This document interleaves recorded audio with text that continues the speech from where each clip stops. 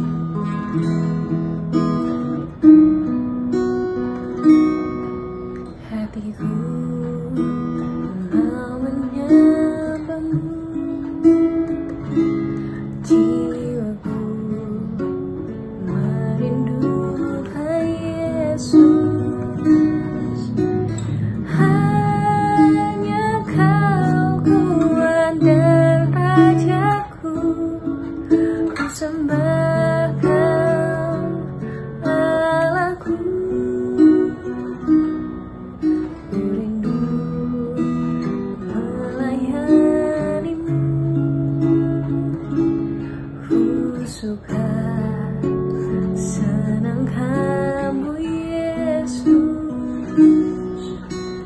Hanya kau kekuatan harapku, ku sembah kau selamanya. Ku sembah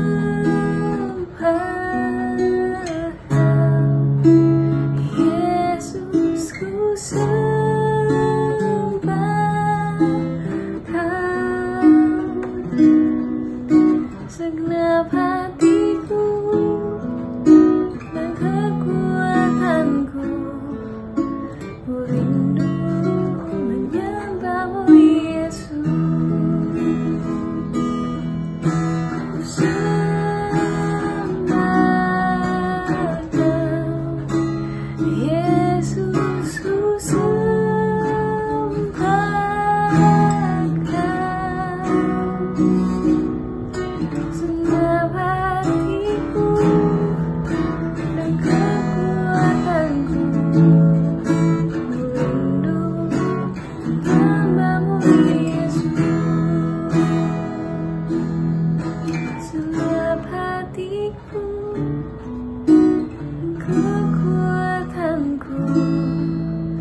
Ku rindu menyembahmu Yesus.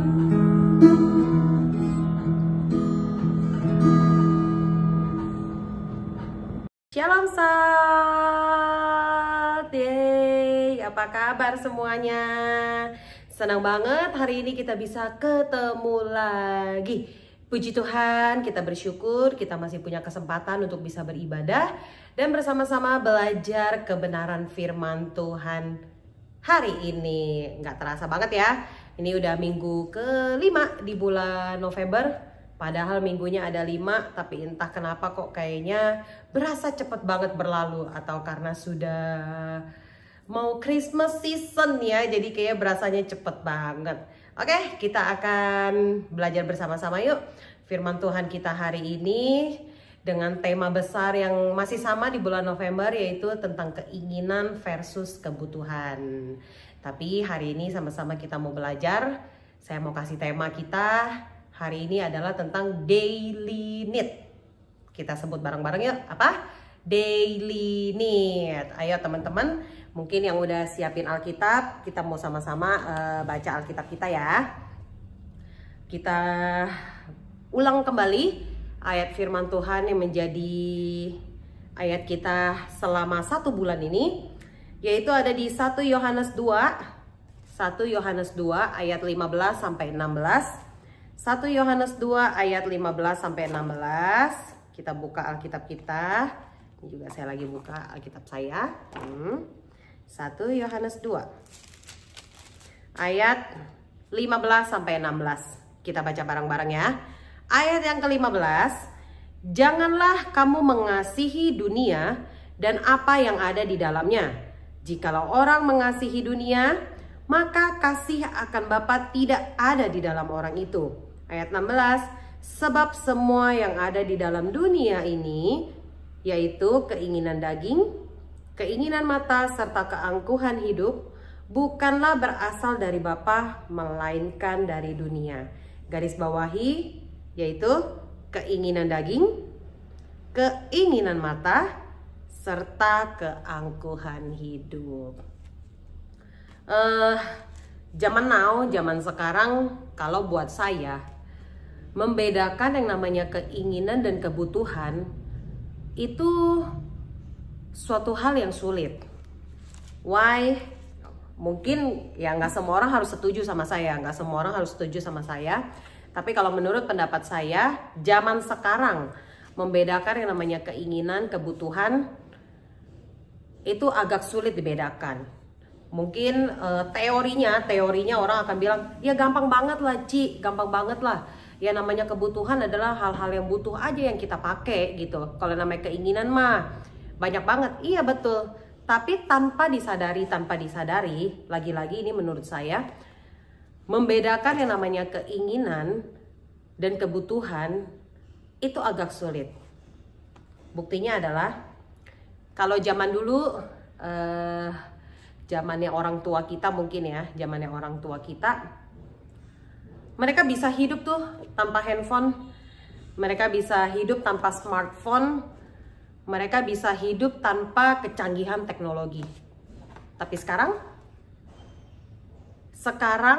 yang namanya handphone, yang namanya smartphone, yang namanya tab, yang namanya notes, siapa yang setuju sama saya bilang kalau itu adalah salah satu kebutuhan kita. Terus bukan cuma itu, bicara tentang smartphone, nanti ada lagi yang bilang, Ci, aku pakai smartphone ini menurut aku kurang pas lah, kalau buat aku kerja begini-gini aku harus pakai smartphone yang seri ini, seri itu, seri ini, seri itu. Nah, itulah. Semakin berkembangnya dunia, semakin berkembangnya zaman, segala sesuatu yang menjadi keinginan kita itu bisa berubah menjadi kebutuhan kita. Aku butuh, Ci, aku butuh ini, aku butuh itu, dan sifatnya relatif. Ada yang bilangnya, aku mah yang kayak begini juga udah butuh. Bukan, maksudnya aku yang begini aja juga udah cukup. Tapi bagi orang lain, aku mah kurang kalau yang begini-gini nih, speknya kurang begini, kurang begitu, kurang begini, aku harus yang begini-gini. Nah, susah kan? Kalau misalkan kita mau ngikutin dibilangnya keinginan dan kebutuhan itu gampang dibedakan. Ya beli aja hal-hal yang penting. Buat kamu cukup, buat orang lain tidak cukup. Nah, itulah kalau ngikutin apa kata dunia, keinginan, kebutuhan itu sulit dibedakan. Segala hal yang menjadi keinginan kita itu bisa berubah menjadi kebutuhan kita. Oleh karena itu, firman Tuhan itu bijaksana banget. Dibilangnya, hati-hati dengan keinginan dunia, yang tadi keinginan daging, keinginan mata, serta keangkuhan hidup. Why? Karena Tuhan sudah tahu segala sesuatu yang menjadi keinginan kita itu bisa berubah menjadi kebutuhan kita. Oleh karena itu Tuhan Yesus mengajarkan kepada kita tentang kebutuhan yang seharusnya menjadi kebutuhan pokok utama kita di luar kebutuhan-kebutuhan yang mungkin saat ini kita tahu. Nah, ngerti nggak maksudnya? Maksudnya adalah begini. Kalau kita membahas tentang kebutuhan dan keinginan, pasti pembahasannya adalah tentang bagaimana kita memanage finansial kita, bagaimana kita memanage keuangan kita, bagaimana kita bisa memanage kehidupan kita. Memang betul, itu nggak salah, itu nggak salah. Tapi yang Tuhan Yesus mau ajarkan kepada kita di sini adalah tentang bagaimana kita memanage kehidupan kita, memanage jiwa kita, bagaimana kita bisa mencukupi kebutuhan kita. Kebutuhannya bukan hanya kebutuhan selama kita masih ada di dunia ini, tapi kebutuhan yang kita butuhkan next life setelah kita melewati dunia ini. Kebutuhan di kehidupan yang akan datangnya tanda kutip, di kehidupan kekal. Ini yang mau kita pelajarin sama-sama di sini adalah manusia itu hidup bukan hanya jasmaninya saja yang perlu untuk dipuaskan. Bukan hanya jasmaninya saja yang perlu untuk dipenuhi. Contoh jasmani adalah kebutuhan yang kita tahu adalah itu ya. Kebutuhan paling utama adalah sandang, pangan, papan, makanan, minuman, pakaian, tempat tinggal, dan jangan lupakan yaitu apa? Nafas kehidupan. Itu adalah kebutuhan utama jasmaninya manusia secara umum. Artinya kalau misalkan dibagi-bagi lagi ya begitu. Kebutuhan yang bisa dibagi lagi, contohnya supaya nggak ngikutin keinginan ya, pakai aja baju yang udah nyaman kamu pakai, nggak usah pakai yang branded. Nah itu contoh kebutuhan yang kalau misalkan kita bahas secara jasmani. Kamu makan ya makan aja yang misalkan sama nasi sama telur sama apa, nggak usah makan pakai yang fried chicken misalkan, itu udah di luar pemborosan dan lain sebagainya. Nah tapi yang mau kita belajar di sini adalah bukan bagaimana Tuhan memenuhi kebutuhan jasmani kita, Tapi Tuhan mau mengajar kepada kita, kebutuhan utama, kebutuhan dasar kita adalah kebutuhan yang memenuhi jiwa kita. Di Markus 6 ayat 30 sampai 34, yuk kita buka lagi yuk bareng-bareng. Markus 6 ayat 30 sampai 34. Di situ perikopnya adalah tentang Yesus memberi makan 5.000 orang. Kita baca bareng-bareng ya. Ayat yang 30, kemudian rasul-rasul itu kembali berkumpul dengan Yesus dan memberitahukan kepadanya semua yang mereka kerjakan dan ajarkan. Lalu ia berkata kepada mereka, marilah ke tempat yang sunyi supaya kita sendirian dan beristirahatlah seketika. Sebab memang begitu banyaknya orang yang datang dan pergi sehingga makan pun mereka tidak sempat. Ayat 32, maka berangkatlah mereka untuk mengasingkan diri dengan perahu ke tempat yang sunyi. Ayat 33, tetapi pada waktu mereka bertolak banyak orang melihat mereka dan mengetahui tujuan mereka. Dengan mengambil jalan darat segeralah datang orang dari semua kota. Garis bawahi semua kota ya. Ke tempat itu sehingga mendahului mereka. Artinya mendahului Tuhan Yesus dan murid-muridnya. Ayat 34, ketika Yesus mendarat, ia melihat sejumlah besar orang banyak. Maka tergeraklah hatinya oleh belas kasihan kepada mereka, karena mereka seperti domba yang tidak mempunyai gembala. Lalu mulailah ia mengajarkan banyak hal kepada mereka. Di garis bawahi ayat ke-34, ketika Tuhan Yesus tergerak hatinya oleh belas kasihan kepada mereka, karena mereka seperti domba yang tidak mempunyai gembala. Ada lanjutannya. Lalu mulailah Yesus mengajarkan banyak hal kepada mereka. Dari kisah Yesus memberi makan 5.000 orang, kita tahu ini adalah mujizat, salah satu mujizat besar yang Tuhan Yesus kerjakan pada masa itu, di mana semua orang datang, tadi dibilang ya, dari semua kota, berbondong-bondong mengikuti Yesus, mencari Yesus kemanapun dia pergi. Pokoknya semua orang mau tahu. Tujuannya apa? Mereka penasaran, mereka mau tahu, mereka haus. Pengajaran seperti apa sih yang Tuhan Yesus ajarkan? Hal apa sih, sukacita apa sih yang mau Tuhan Yesus bagikan kepada semua orang?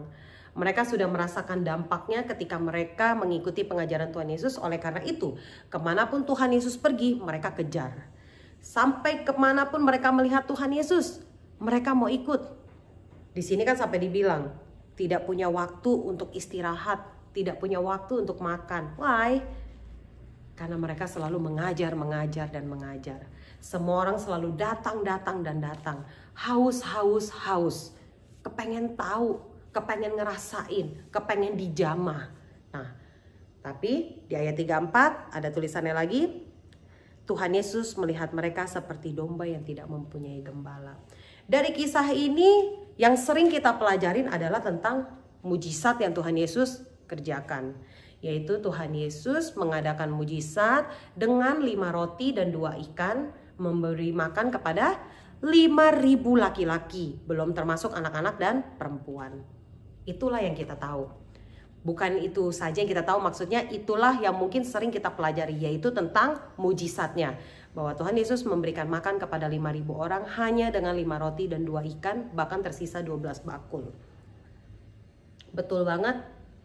Tuhan Yesus pada saat di sini, dia tidak hanya memberi makan, tidak hanya mencukupi kebutuhan mereka secara jasmani, tidak hanya mengenyangkan perut mereka dengan mujizat yang dia kerjakan, tapi Tuhan Yesus memberikan pengajaran. Balik lagi ke ayat 34, mulailah ia mengajarkan banyak hal kepada mereka. Why? Karena Tuhan Yesus melihat mereka seperti domba yang tidak mempunyai gembala. Artinya begini, mereka punya kehausan, mereka punya kerinduan.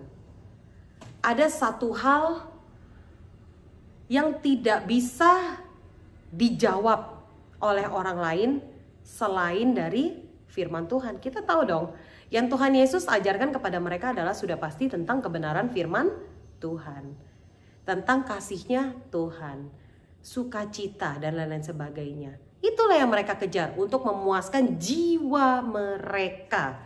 Oleh karena itulah Tuhan Yesus mengajarkan berbagai hal. Itulah kebutuhan utama kita di dalam dunia ini adalah bagaimana kita bisa mencukupkan, bagaimana kita bisa memenuhi jiwa kita.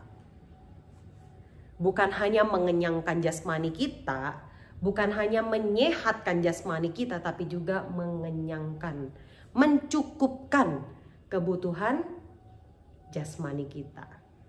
Yang namanya manusia, kita ini terdiri dari tubuh, jiwa, dan roh. Tubuh itu yang kelihatan ya, yang kayak gini, kalau dicubit itu sakit ya. Kalau dicubit itu sakit, supaya bisa gede, supaya bisa tumbuh, supaya bisa tinggi, itu harus dikasih makan, dikenyangkan, supaya pertumbuhannya bagus dan sehat. Tapi jiwa ini juga perlu diberi asupan. Namanya manusia, siapa yang di sini tidak pernah takut? Adakah di antara teman-teman yang tidak pernah punya rasa takut? Atau tidak pernah khawatir? Tidak pernah cemas? Tidak pernah sakit hati? Tidak pernah sedih? Jawabannya pasti tidak mungkin. Kita semua pasti pernah atau bahkan sering merasakan yang namanya khawatir, ketakutan, cemas, gelisah atau galau, sedih, marah, emosi, depresi, stres, dan lain sebagainya. Dan itu dirasakan oleh jiwa kita. Siapa yang bisa membantu kita? Siapa yang bisa menolong kita untuk mengatasi itu semua? Tentu saja Tuhan Yesus lah. Jawabannya udah pasti. Tuhan Yesus. Ketika manusia mencari rasa aman, mencari damai sejahtera, mencari penghiburan, mencari perlindungan, mencari apa lagi? Ketenangan. Yang bisa memuaskan ini semua hanyalah Tuhan Yesus. Penuhi kebutuhan jiwamu dengan sosok pribadi yang bernama Tuhan Yesus. Jadilah menjadi seperti salah satu orang dari 5.000 orang ini yang tercatat, yang datang, melihat, mencari Tuhan Yesus, belajar dengan Tuhan Yesus. Karena hanya Tuhan Yesus yang bisa memenuhi kita semua. Tuhan Yesus menyadari betul manusia itu rapuh. Manusia itu mudah terluka. Oleh karena itu Tuhan Yesus penuh dengan belas kasihan. Dia tahu apa yang paling dibutuhkan oleh kita. Yang paling penting adalah damai sejahtera. Pernah dengar nggak? Pasti pernah lah. Istilah yang namanya misalkan, padahal si itu, misalkan si A, dia kaya raya loh. Dia kaya raya, rumah gede, punya segalanya. Mau apa tinggal ting, mau apa tinggal ting, tinggal tunjuk, deposito berjibun. Tapi bunuh diri. Artinya begini, hal apapun di dunia yang dia mau, bukan cuma yang dia butuhkan ya, yang dia butuhkan, yang dia inginkan, semua bisa dia miliki. Karena apa? Dia kaya. Tapi ketika hatinya tidak dipenuhi dengan kebutuhan yang sesungguhnya, dia nggak punya damai sejahtera. Akhirnya dia apa? Bunuh diri. Kebutuhan utama manusia yang paling penting untuk dipenuhi adalah kebutuhan jiwanya. Jiwanya sehat, tubuhnya pasti sehat. Firman Tuhan juga ada ditulis di Amsal ya. Hati yang gembira adalah obat yang manjur, tapi semangat yang patah mengeringkan tulang. Artinya hati yang gembira, jiwa kita sehat, hati kita bahagia, gembira, adalah obat yang manjur. Artinya memberikan pengaruh kepada jasmani kita. Tetapi semangat yang patah, ketika jiwa kita gelisah, ketakutan, cemas, down, depresi, mengeringkan tulang, mempengaruhi tubuh kita, mempengaruhi jasmani kita. Jadi seandainya secara jasmani kita tahu nih bagaimana kita memenuhi kebutuhan kita dan kita tahu bagaimana mengendalikan keinginan kita. Oh ya, aku udah ngikutin kok, ngikutin prinsip atau hukum ekonomi. Sekali lagi itu tidak salah. Itu tidak salah. Saya hanya menggunakan uang untuk hal-hal yang paling saya butuhkan. Saya hanya menggunakan uang hanya untuk hal-hal yang paling wajib dan lain sebagainya. Saya nggak suka shopping, saya nggak suka belanja, saya nggak boros dan lain sebagainya. Sekali lagi itu nggak salah. Tapi kalau kamu hanya hidup seperti itu terus tanpa memenuhi kebutuhan utama kamu, kebutuhan dasar kamu, yaitu memenuhi jiwa kamu dengan kasihnya Tuhan Yesus yang paling sempurna, sama aja. Kamu hidup seperti nggak ada tujuan. Kita hidup seperti nggak ada tujuan dan nggak tahu mau ngapain. Kelihatannya hidupnya udah bener nih. Kelihatannya hidupnya udah fine-fine aja nih. Tapi kok masih kayak ada yang kurang ya? Kurang apa? Kurang damai sejahtera. Penuhi damai sejahtera kita. Penuhi kebutuhan jiwa kita dengan apa? Dengan Tuhan Yesus. Ada kisah lagi yang mau saya bagikan. Ini adalah kisah di mana Tuhan Yesus dicobai di padang gurun. Di Matius 4, yuk kita buka bareng-bareng yuk. Biar seru, kita baca bareng-bareng. Kita dalami kisahnya bareng-bareng. Matius 4 ayat 1 sampai 11. Perikopnya adalah percobaan di padang gurun. Ayat 1 sampai 11 ya.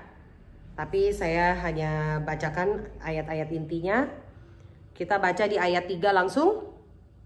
Lalu datanglah si pencoba itu dan berkata kepadanya, "Jika engkau anak Allah, perintahkanlah supaya batu-batu itu menjadi roti." Tetapi Yesus menjawab, ayat 4, "Ada tertulis, manusia hidup bukan dari roti saja, tetapi dari setiap firman yang keluar dari mulut Allah." Ini bicara tentang makanan. Tuhan Yesus ini berpuasa selama 40 hari 40 malam. Siapa yang di sini udah pernah cobain rasanya puasa 40 hari 40 malam? Pasti belum ada. Kita ngerasain puasa yang 1 hari aja dah, nggak sampai 1 hari lah, 12 jam. Kita tahu dong bagaimana kondisinya pada saat kita puasa. Atau nggak usah puasa lah, diet misalkan. Diet yang 12 jam. Tapi diet sama puasa beda lah. Kalau diet itu masih makan hanya makanan sehat, masih minum air putih. Tapi kalau puasa itu artinya sudah tidak makan dan tidak minum. Artinya kita pasti haus, kita pasti lapar. 12 jam aja kadang udah bikin kita kayak kalang kabut ya. Aduh, rasanya pengen banget makan, pengen banget minum nih, haus banget nih, lapar banget nih. Nah, kalau ngelihat makanan ini, makanan itu, udah kebayang-bayang nih di otak. Pokoknya nanti pada saat buka puasa nih, pengen makan ini, makan itu, makan ini, makan itu. Kita puasa tuh.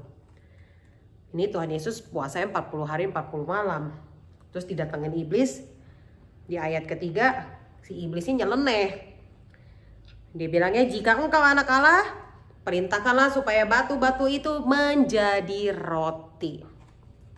Hal yang pertama adalah dicobai dengan makanan. Karena iblis tahu Tuhan Yesus puasa 40 hari 40 malam, pasti dia lapar. Pasti Tuhan Yesus lapar. Tapi Tuhan Yesus jawab apa? Di ayat 4, manusia hidup bukan dari roti saja, tetapi dari setiap firman yang keluar dari mulut Allah. Tuhan Yesus bahas tentang makanan. Manusia hidup bukan dari roti saja. Manusia bukan hanya butuh makanan saja untuk jasmani, tetapi dari setiap firman yang keluar dari mulut Allah. Artinya manusia harus juga dipenuhi dengan firman Allah. Jangan jasmaninya aja mikirin roti, tapi jiwanya juga harus dikenyangkan, harus dipenuhi. Makanan itu menjadi salah satu kebutuhan utama kita gak sih? Iya dong. Makanan itu menjadi salah satu kebutuhan utama kita, menjadi kebutuhan primer.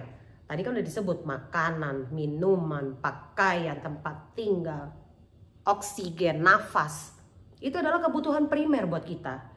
Tapi Tuhan Yesus jawab iblis, manusia hidup bukan dari roti saja, tetapi dari setiap firman yang keluar dari mulut Allah.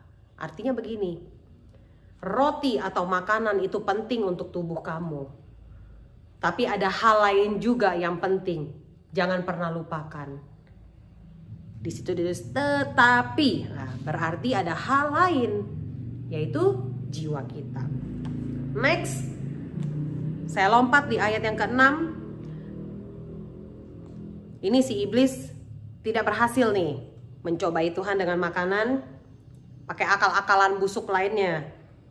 Lalu berkatalah si iblis kepada Tuhan, jika engkau anak Allah, jatuhkanlah dirimu ke bawah.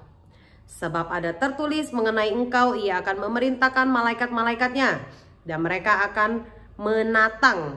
Artinya begini ya, maksudnya nadahin ya. Nadahin, menatang engkau di atas tangannya supaya kakimu jangan terantuk ke batu. Si iblis rese nih. Dia bilangnya, jika engkau anak Allah, jatuhkanlah dirimu. Wah, jatuhkanlah dirimu. Ini bicara tentang kuasa. Bicara tentang kuasa. Jika engkau anak Allah, jatuhkanlah dirimu. Kan katanya kamu berkuasa. Kamu anak Allah. Kamu tinggal perintahin aja malaikat-malaikat. Mereka pasti akan nadahin kamu. Supaya kamu gak jatuh, supaya kakimu tidak terantuk ke bumi. Tapi Tuhan Yesus jawab, jangan engkau mencobai Tuhan Allahmu. Ini bicara tentang kuasa. Kalau balik lagi tadi di 1 Yohanes 2, ini bicara tentang apa? Keangkuhan hidup. Ini membahas tentang keangkuhan hidup. Artinya begini, Tuhan Yesus nggak mentingin yang namanya kuasa. Maksudnya Tuhan Yesus nggak mentingin yang namanya kita harus tunjukin kehebatan kita. Enggak, bukan itu. Lanjut ya, di ayat 8, 9, dan 10. Iblis membawanya pula ke atas gunung yang sangat tinggi dan memperlihatkan kepadanya semua kerajaan dunia dengan kemegahannya. Wah, dan berkata kepadanya, semua ini, kata iblis, akan kuberikan kepadamu jika engkau sujud menyembah kepadaku. Kita udah tahu dong, sebenarnya alam semesta ini siapa yang ciptakan? Pada hari pertama Allah menciptakan apa? Kalau kita baca di kitab Kejadian, kita sudah tahu. Dunia ini dan segala isinya Allah yang menciptakan. Tapi si iblis ngaku-ngaku nih. Si iblis ngaku-ngaku, kerajaan dunia dan kemegahannya akan kuberikan kepadamu jika engkau menyembah kepadaku. Tuhan Yesus jawab, enyahlah iblis, sebab ada tertulis, engkau harus menyembah kepada Tuhan Allahmu dan hanya kepada Dia saja engkau berbakti. Nah, ini bicara tentang tahta. Ini bicara tentang kekayaan. Wah, kalau balik lagi tadi di ayat 1 Yohanes, aduh, jadi gregetan nih. Yuk kita buka lagi. 1 Yohanes 2 bicara tentang apa? Keinginan mata. Keinginan daging, keangkuhan hidup. Nyambung juga ke tahta, bicara tentang kekayaan. Artinya adalah jangan mengejar kekayaan itu. Jangan melakukan apapun demi mendapatkan kekayaan itu. Tetapi engkau harus menyembah kepada Tuhan Allahmu dan hanya kepada Dia sajalah engkau berbakti. Tuhan bilang, jangan menginginkan yang lain. Kamu hanya perlu menyembah Tuhan saja. Kamu hanya perlu berbakti kepada Tuhan saja. Itu udah cukup. Jangan cari yang namanya kuasa, hormat, kekayaan, makanan, dan lain-lain sebagainya. Yang berasal dari dunia. Yang untuk kepentingan jasmani kita. Itu dibutuhkan memang selama kita masih di dunia. Tapi itu bukan menjadi goal kita yang paling utama. Yang paling utama adalah apa? Menyembah Tuhan. Datang kepada Tuhan. Membiarkan Tuhan tinggal dan tetap di dalam hati kita. Puaskan jiwamu, puaskan batinmu. Jangan hanya sekedar mencukupkan kebutuhan dan puaskan kebutuhanmu secara jasmani yang ada di dunia ini. Karena segala sesuatu keinginan kita itu bisa berubah. Tiba-tiba menjadi kebutuhan kita. Dan sudah agak sulit dibeda-bedakan, sudah agak sulit sekat-sekatkan apa yang sesungguhnya menjadi kebutuhan dan apa yang sesungguhnya menjadi keinginan. Oleh karena itu Tuhan ajarkan satu hal, puaskan jiwamu, puaskan rohmu, puaskan hatimu, penuhi kebutuhan itu. Maka dari situ kamu akan bijaksana untuk memenuhi kebutuhanmu di dunia ini. Amsal 30 ayat 8. Amsal 30 ayat 8. Ini bicara tentang keinginan. Bicara tentang keinginan, kebutuhan, kekayaan, keperluan di dunia ini. Amsal 30 ayat 8. Isinya begini. Jauhkanlah daripadaku kecurangan dan kebohongan. Jangan berikan kepadaku kemiskinan atau kekayaan. Biarkanlah aku menikmati makanan yang menjadi bagianku. Bijaksananya firman Tuhan ditulisnya begini. Jangan berikan kepadaku kemiskinan atau kekayaan. Kenapa? Karena udah sulit dibedakan. Tapi biarkanlah aku menikmati makanan yang menjadi bagianku. Makanan adalah tanda kutip berkat yang menjadi makanan sehari-hari kita, kayak nasi dan lain-lain sebagainya. Makanan berkat berupa materi yang menjadi untuk keperluan kita sehari-hari. Udah itu aja. Kenapa? Karena firman Tuhan ini sudah tahu. Kalau ngikutin dunia, keinginan, kebutuhan, semuanya itu nggak akan pernah memuaskan kita. Yang bisa memuaskan kita adalah dengan kita memenuhi kebutuhan jiwa kita. Yang tadi, seperti orang yang berbondong-bondong datang mengikuti Tuhan. Sampai Tuhan membuat mujizat memberi makan 5.000 orang. Awal mulanya adalah apa? Tuhan bukan tergerak untuk memenuhi kebutuhan jasmani, membuat mujizat. Hal pertama yang membuat Tuhan tergerak dengan belas kasihan adalah Tuhan ingin memenuhi kebutuhan jiwa mereka. Mereka haus, mereka lapar akan kebenaran firman Tuhan. Untuk apa? Damai sejahtera bagi mereka. Kalau mengikuti dunia, tren berkembang terus, teknologi berkembang terus, pengen ini, pengen itu, pengen ini, pengen itu. Nggak kesampaian, depresi. Seandainya kesampaian, kerja mati-matian. Untuk apa mendapatkan itu semua? Setelah mendapatkan itu semua, stres, bingung. uang terlalu banyak, mikirin, stres, depresi, bunuh diri, dan lain sebagainya. Dan karena itu firman Tuhan bilang, penuhilah kebutuhanmu yang paling utama, yaitu puaskan jiwamu. Dengan apa? Bagaimana caranya datang kepada Tuhan? Matius 11 ayat 28. Matius 11 ayat 28. Ini menjadi ayat yang fenomenal banget. Marilah kepadaku semua yang letih, lesu, dan berbeban berat. Aku akan memberikan kelegaan kepadamu. Saya ulang. Kita baca sama-sama. Matius 11 ayat 28. Marilah kepadaku semua yang letih, lesu, dan berbeban berat. Koma, garis bawahi. Aku, artinya Tuhan Yesus, akan memberi kelegaan kepadamu. Tuhan Yesus akan memenuhi kebutuhan jiwamu. Tuhan Yesus akan memuaskan kebutuhan rohmu. Tuhan Yesus akan mencukupi kebutuhan batinmu.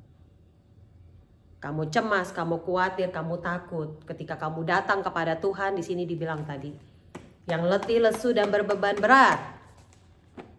Kamu takut, kamu cemas, kamu khawatir, kamu bingung. Itu nggak bisa diselesaikan hanya dengan kebutuhan yang ada di dunia. Itu nggak bisa diselesaikan dengan makan coklat sebanyak-banyaknya, makan ice cream sebanyak-banyaknya, atau cari uang sebanyak-banyaknya. Punya banyak uang itu nggak bisa menyelesaikan masalah kamu. Punya banyak deposito itu tidak bisa menjawab, tidak bisa menjamin kebahagiaan kamu. Hanya datang kepada Tuhan Yesus. Marilah kepadaku yang letih, lesu, dan berbeban berat. Aku akan memberikan kelegaan kepada kamu. Yes. Yang paling kita butuhkan adalah, catat, Tuhan Yesus. Yang paling kita butuhkan di dalam hidup ini adalah Tuhan Yesus. Ada quotes bagus begini. If you have God in your life, you really have all you need. Saya ulang. If you have God in your life, you really have all, dikatakan all ya, all you need. Ketika kamu memiliki Tuhan di dalam hidupmu, sesungguhnya kamu sudah memiliki segala hal yang perlu kamu miliki. Ketika kamu memiliki Tuhan Yesus di dalam hidupmu, kamu udah gak perlu apa-apa lagi. Segala kebutuhannya sudah cukup dengan adanya Tuhan Yesus. Saya mau gambarkan begini, bagaimana kehidupan kita ya. Kalau teman-teman mau ikutin juga boleh, terserah. Saya ada kertas polos di sini. Di sini saya akan gambarkan hati. Oke, anggap hati ini adalah hidup kita ya. Anggap hati ini adalah diri kita. Saya hadap saya sini supaya gambar hatinya lebih bagus ya.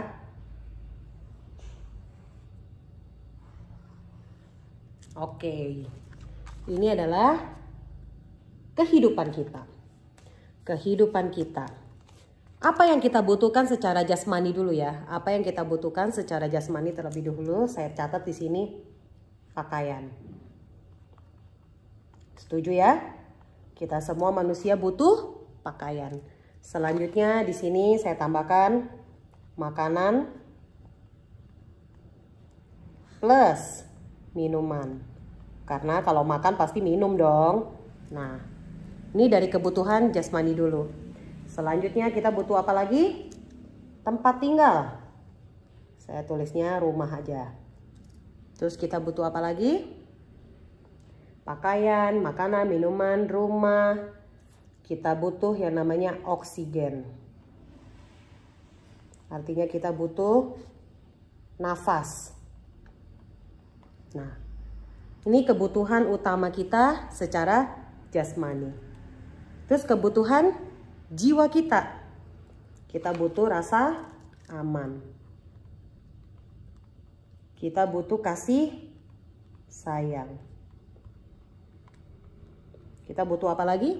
Kita butuh damai sejahtera.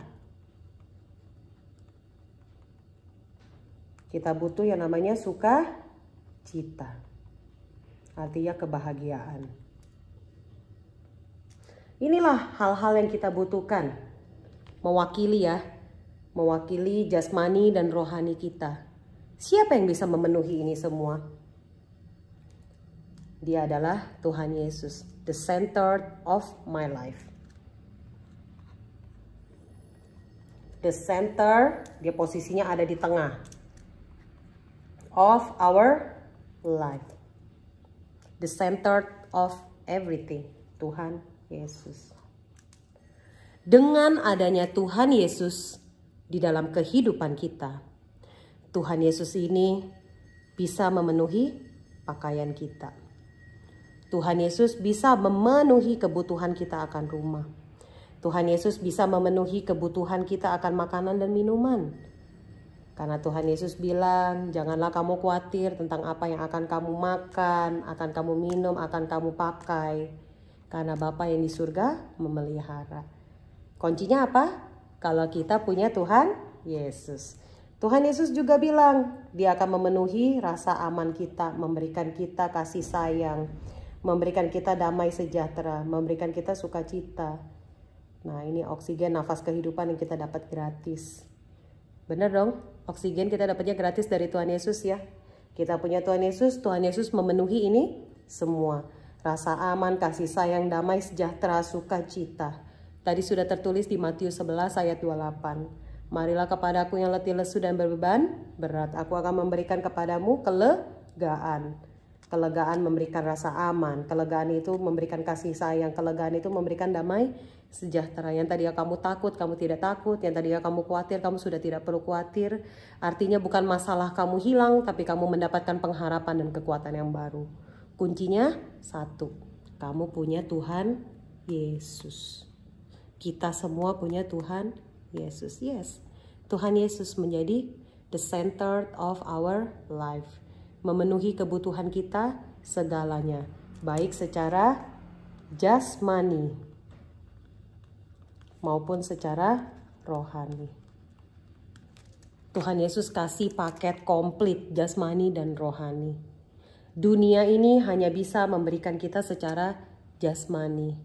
Kalau kamu rajin kerja, kamu tekun, kamu bisa cari uang yang banyak. Kamu bisa menjadi orang yang sukses, tapi belum tentu kamu bahagia. Belum tentu kamu punya damai sejahtera. Itu yang ditawarkan dunia.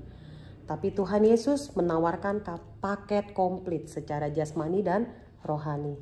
Menjadikan Tuhan Yesus the center of my life. Kamu penuhi jiwa kamu akan kebutuhan menyembah Tuhan, memuji Tuhan, datang beribadah kepada Tuhan. Menjadikan Tuhan Yesus yang utama, dia akan memenuhi ini semua. Lihat dengan baik.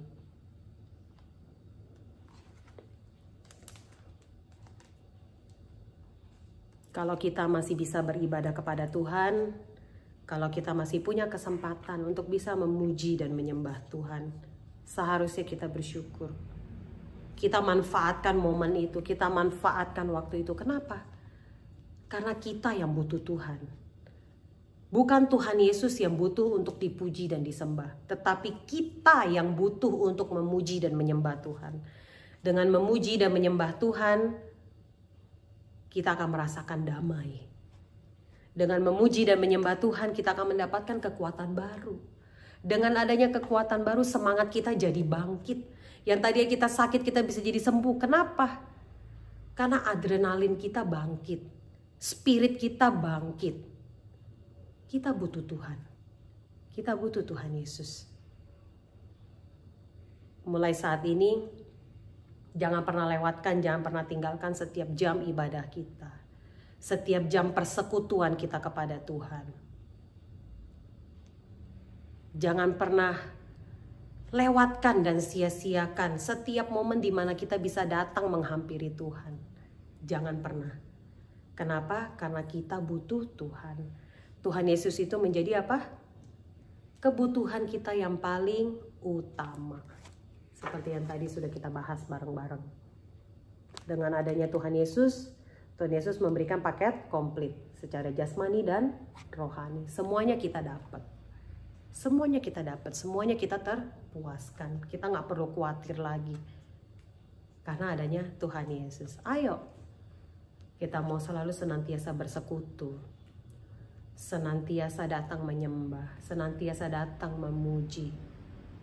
Bangun komunikasi, berdoa, jangan cuma hanya bangun, mau tidur, mau makan. Dalam segala situasi, kondisi apapun, kamu senang, kamu sedih, dapat project, nggak dapat project, baru mau mikir-mikir dapat project dan lain sebagainya, libatkan Tuhan. Cari Tuhan. Jangan pernah menomor duakan Tuhan. Satu pujian mengingatkan kepada saya begini. Yuk kita nyanyi bareng-bareng deh.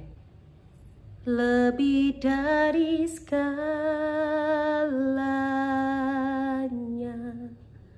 ku ingin Kau Tuhan, emas, perak, dan permata tiada artinya. Ku ingin lebih dekat, bersekutu denganmu. Jadikan ku hamba setia kepadamu.